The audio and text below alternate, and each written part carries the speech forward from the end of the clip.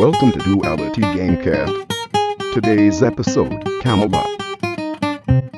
Welcome to Duality Gamecast. I'm Matt. And I'm William. Today we're taking a look at the game Camel Up, or Camel Cup. I don't know. Camel Up is a camel-themed racing game where your goal is to collect the most amount of money by the end of the race. On each player's turn, they're allowed to take one of 4 actions. The first action you can take is a leg betting tile action. Basically, you take this tile, you're saying, I think in this leg, this color camel is going to come in first or second. If you do, you get the money accumulated on it. You can see that the later you pick it in the leg, the lower the money is. Second action you take is a desert tile action. This allows you to take your desert tile, place it somewhere on the board. Each one of these has a -1 and a +1 on it. When you place it down, and if a camel lands on it, either moves backwards or forward 1 space, depending on which side you have up. And you get to collect a buck. The next action you can do is the pyramid action. So with this one, basically you take this tile here, you get a buck for it, and you're allowed to roll the dice from the pyramid. This is kind of neat. You flip the pyramid over here, push the little button, the dice falls out, and the green camel moves forward 3 spaces. So this is unique in the way that the camels stack. So since the green camel's on the bottom, he's going to take any other camels on top of him with him. So he's going to move forward 3, 1, 2, 3. Then that dice is put to the side. Last action you can take is a betting action. Basically with this, each character is given a hand of 5 cards, 1 for each color camel. You choose whether or not you think that camel's going to win or lose the overall race.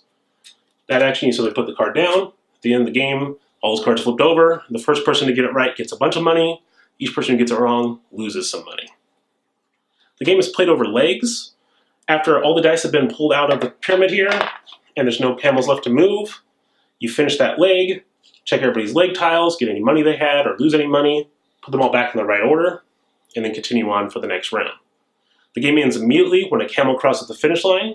Then you simply flip over, see who's winner and loser, and count up money and see who really wins the game. Camel Up, winner of the 2014 Spiel des Jahres. What do you think about the gameplay for this? Simple. It's one of those games that because you're just doing one action, you push it forward whenever you want. Like people could just take the dice rolling action every time and not do any betting until near the end. It's quick. You do something, you move on. It's really kind of hands off. It's more of a spectator type of a game, I guess. Mm-hmm. How about you? What are you thinking? Very simple. I think it's a trap. You thinking racing and gambling, but you don't really feel like you're involved in the race at all, really. Mm-hmm. And you don't feel like there's a lot of risk in the gambling. What's the most you can lose at one time is like 1 coin, right? Yeah. During the legs. And even 1 coin during the final scoring, right? So it's really just trying to get the most points with very little ability to control how that happens. It's random. And I know I've brought this up in other racing games, but Formula D and Horse Fever, you feel like you have more impact on the pace of the race. Mm-hmm. Certainly in Horse Fever, you feel like you can shenanigans the money aspect of it more. I understand it's a family game, right? Right. It's kind of how it goes. But I think they could have made this a little more flavorful and a little more complicated and still been family friendly.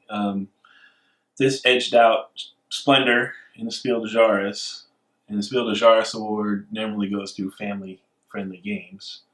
But Splendor has more layers. It feels more strategic to me. And it's still a game like I've played with kids. So, it falls flat for me. It really does. Yeah, because like I was saying before, it's a spectator game. Mm-hmm. Like I feel like you get almost as much enjoyment out of this game watching it being played as you do playing it. Yeah. And I think this big selling point for it is the pyramid here. And it's a unique thing with the dice rolling, but in all honesty, it could have been a bag. Yeah. And it would have done the same exact thing. It's rubber bands on it snap that put it together. Sometimes you go to do stuff and 2 dice fall out or no dice come out. You can shake it or mess with it. It's a really neat component, and I think it has it's eye grabbing. People see it and they want to know what's going on with it and making noise. It's easy to hop into. I think it's maybe a good gateway style game and get someone right out the door. But yeah, there's no agency. You don't have any control over it. I felt very just like, well, you have these desert tiles. Well, if it's not on the board, you should throw it on the board in front of the camels, so you can maybe get a buck. And then it's just, are you trying to make the game go faster or go slower? Yeah. And I think we always went slower. Whoever's behind puts it as a negative. Whoever's in front puts it on a plus, trying to get the game going ahead. So it just, the gameplay was simple and too hands-off. Yeah, a gateway game, yes, but if this was a gateway game, like for a kid or something, once they got through that gateway, they'd probably never come back to this game. That's how I feel. You don't really hear a whole lot of stuff about Camel Up since the Spiel des Jahres Furor ended, so I'm worried about the replayability of this game. And we kind of touched on it. Let's talk about art and component quality. Okay. The camels are cool. I mean, there's two things this game is basically playing on. One is the camel stacking. That's why it's potentially called Camel Up or Camel Cup or whatever it is. Because of the stacking, and it's a unique mechanic that when the one on the bottom moves, it pulls everything else with it. So you're kind of looking, and you're like, well, the white one's on the bottom, so yellow's probably going to end up in front. Mm-hmm. And if things get negative spacing going back, they end up on the bottom of the stack. It's an interesting mechanic, and because the camels stack so perfectly, it's fun to play around with that aspect of it. But doesn't that then make you wish this game had more ways to strategize the timing of what camel's on top of which? Yes. I mean, yeah. And then the second component that really makes a difference is the pyramid. Again, this could have been a bag. Yeah. And I think that practically it would have been better to be a bag, in my opinion. Mm. Though thematically, this is really cool. I mean, it adds an extra dimension to the game. You have the cool button pushing on it. See, there we go. Dice always in all the time. But it like I said, it gives it draw. So I think it gives it first time play appeal. Mm-hmm. All the component quality of it. Yeah. And let's see what else we got here. We have coins. They're fine. We have card money, and you would have to be really good at this game to be needing 20s and 10s, I think, regularly. Yeah, especially those 20s. That can't happen very often. It'd have to be some weird, like, everyone keeps rolling ones and land on the negative spacing going back for multiple rounds in a row type of a thing.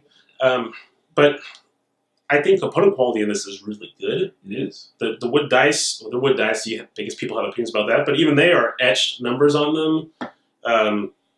It's all color-coded, so I guess color could be an issue for it, but I think that's an issue in almost every board game. Can't really knock it for that. But component, I think, is the high point. Yeah, definitely. I think it had that neato factor that sold it and made it real appealing when it was new. I would say about the pyramid that as cool as it is, the fact that you're taking it from normal pyramid stance to inverted pyramid. If you're playing this game with kids, you're just begging to knock crap around, camels falling over and stuff like that. So not practical. Cool looking, not practical. Well, and we also have the thing where, like, instinctually, especially when playing with youths, they put it down, they push the button in, they lift it up, and two fall. And all the dice fall. Yeah. So that's why I'm saying, like, cool factor. I really do think I feel like a bag. Like, if we play this game more in the future, we're gonna get a bag to play with, I think. Yeah, maybe they could have made a pyramid stand with a bag in it or something. I don't know. All right, well, let's see how we review it. Ooh. Well, you can probably guess from when we were talking about it, I'm going to give it a pass. It's not an angry pass. I'll play it if other people want to. I'm not mad at the game or upset with it. It's just not something that I find get a lot of joy and fun out of. So, pass.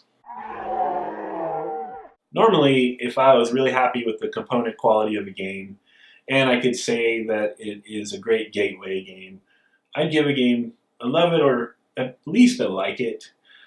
This game just falls flat and misses so many opportunities. It could have still been a great gateway or family-friendly game with a little more depth to create more replayability. So it's going to be a pass for me. The only way I would say it's not a pass is if you really want some camel meeples. You're going to pay a lot to get these camel meeples, but they're kind of cool. Today we talked about a family-friendly game that won a bunch of awards, but maybe we didn't like so much. What is a family-friendly game? that you guys like that you still bring out to play. Let us know in the comments below. Thank you to all these people for helping out, and please click on me to subscribe. Man, desert camel racing is such an overused theme. What were they thinking?